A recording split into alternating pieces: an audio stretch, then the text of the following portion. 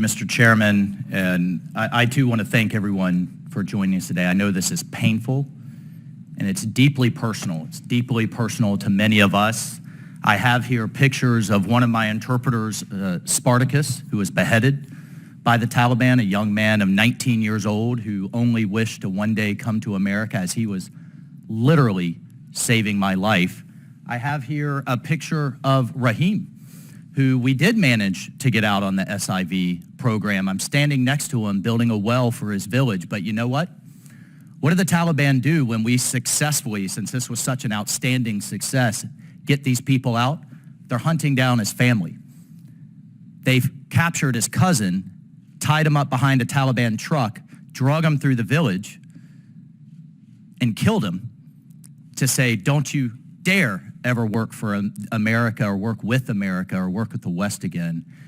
And they've also beaten his brothers nearly to death. So even when we're successful, they start targeting and going after the families. Mr. Hong, Mr. Mann, you had to basically become your own State Department. You had to charter international flights. You had to arrange country clearances. You had to deal with international borders because the State Department failed. Is that an accurate statement? Do you disagree with that statement? I don't disagree with that, Congressman. Congressman, the State Department found itself in a very difficult situation with very little guidance, as far as we can tell, no advanced planning for this exact scenario, and unclear lines of authority. And so while many individuals at the State Department tried their best to help us, they found themselves hamstrung by the bureaucracy. No, thank you for that clarification, because this was a failure at leadership at the most senior levels of the State Department and the White House. Mr. Mann, do you have members of Task Force Pineapple veterans who have exhausted their personal savings trying to help these Afghans? I do. There's a friend of mine, Duke, who's in the Moral Compass Federation with us, says that so many of our veterans have basically taken on an Uncle Sam-sized problem with their pension funds. Do you know IDO? Do you know members that have exhausted their children's 529 plans? Some of them are in this room right now. Do you know members that survived multiple deployments of their marriages, but now they're heading to divorce? Yes. Do you know members that are thinking of or have committed suicide? You mentioned Brad. He was my friend too. He was my operations officer. He's now dead because of this moral injury. How many? Well, I don't even know if you can quantify it, but you mentioned an 81% increase. There's been a 40% increase just in the last anniversary in text to the suicide hotline.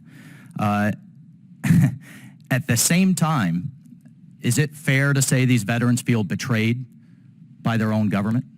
I do. Do you think that added to their moral injury, to see the President of the United States calling this an outstanding success, I quote? I believe even more hurtful is the non-mentioning of it in two State of the Union addresses. Thank you, because that's what I was about to ask you. Do you think the fact that he didn't even say the word Afghanistan hurt them even more? Didn't even say the word. I do.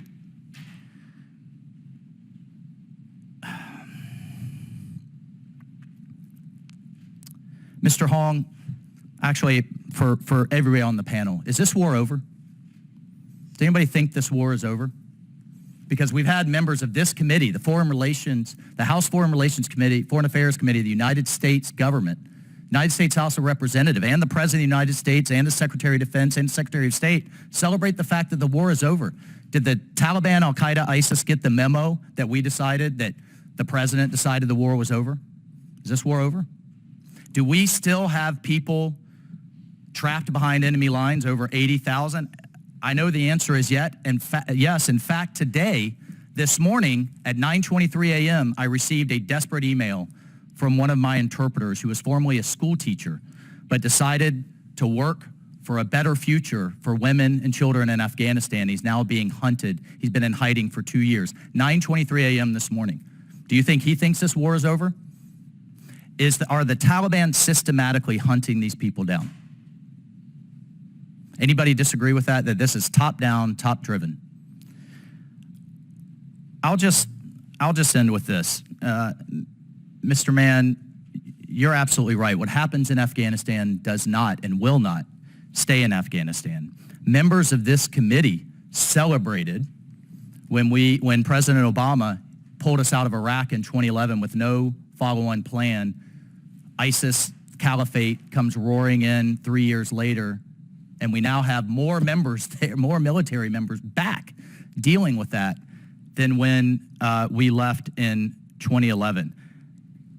They were wrong then, and they're wrong now. And Mr. Chairman, I'll just close with saying I have never been more proud of my fellow Americans and veterans as I am with this group, but I've also never been more disgusted with my own government. This was a callous, cold-hearted, incompetent episode on the part of this administration, and it is not worthy of the men and women that we all carry on these bracelets and their sacrifice. I yield.